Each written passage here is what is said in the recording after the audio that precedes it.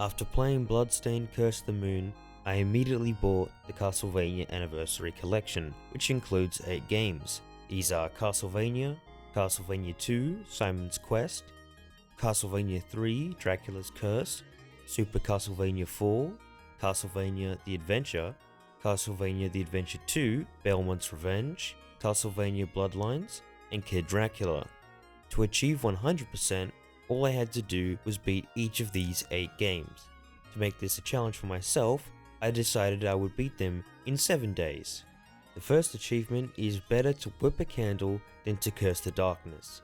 This is extremely easy as it requires you to simply play every game.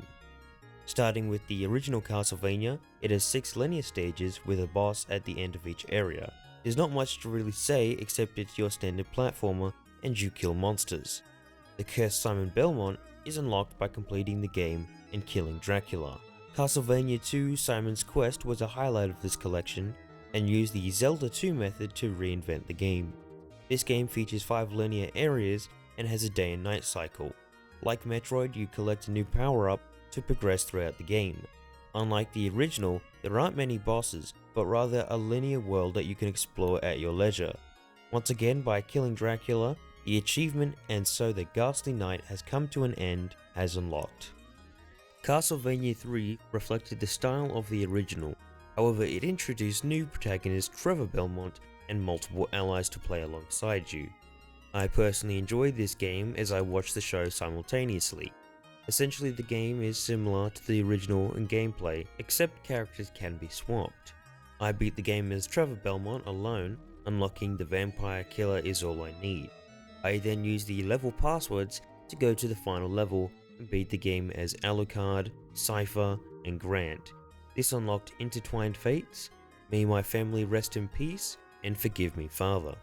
I then played Kid Dracula, which was a fun NES game and has 9 linear levels. Kid Dracula was originally a Japan-only release, and was fun to play a light-hearted parody of the series. Beating the boss unlocked I Am King. I then played Castlevania The Adventure. This game was my least favorite out of the collection. The hitboxes are dog shit, Chris Belmont is boring, and frankly the game is full of bullshit ways to damage you.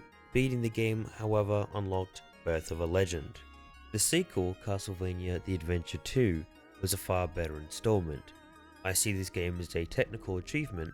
The fact that the levels are so detailed and the developers were able to make this on a Game Boy is highly commendable.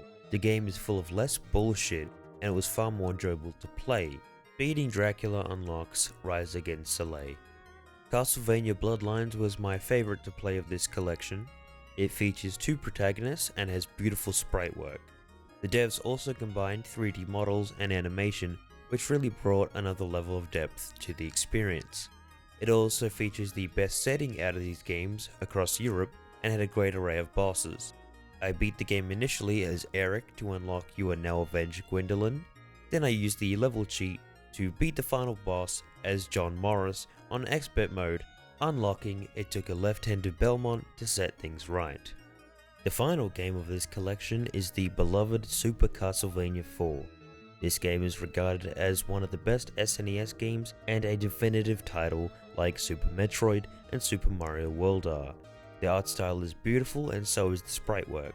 The environment is interactive and the structure is reminiscent of the original. The game actually translates from this, meaning a return to basics. I wholeheartedly agree with this concept as this felt definitively like a Castlevania game, before Symphony of the Night came out and made that the standard of the series. Beating the game unlocks with only your whip and courage.